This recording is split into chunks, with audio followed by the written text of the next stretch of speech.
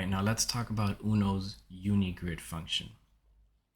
This allows you to add a color grid on one of your pages in order for the customer to be able to tint their object using a color grid like this. Inside your Uno package, you're going to see the Uno UniGrid texture right here. It's full perm. So you're going to go ahead and add that to one of your pages, create the page, and then add the texture. I've already done that here, as you can see.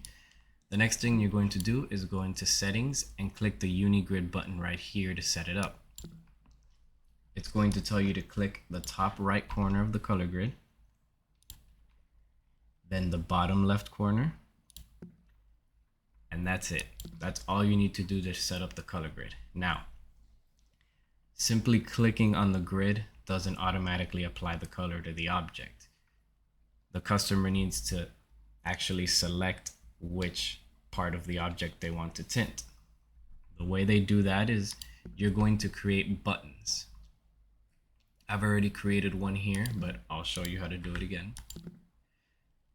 You're going to go to the action, select color, and then instead of inputting a color, you're simply going to type tint, and then you'll put the link name and the texture, and then you save. So now when we get out of edit mode, let's say I select blue right here, and then I click the button, and it applies it to the link that I set in that button.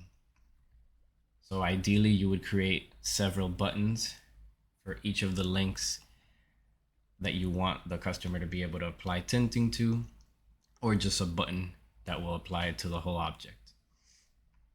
And that's it. That's how you set up Uno's UniGrid.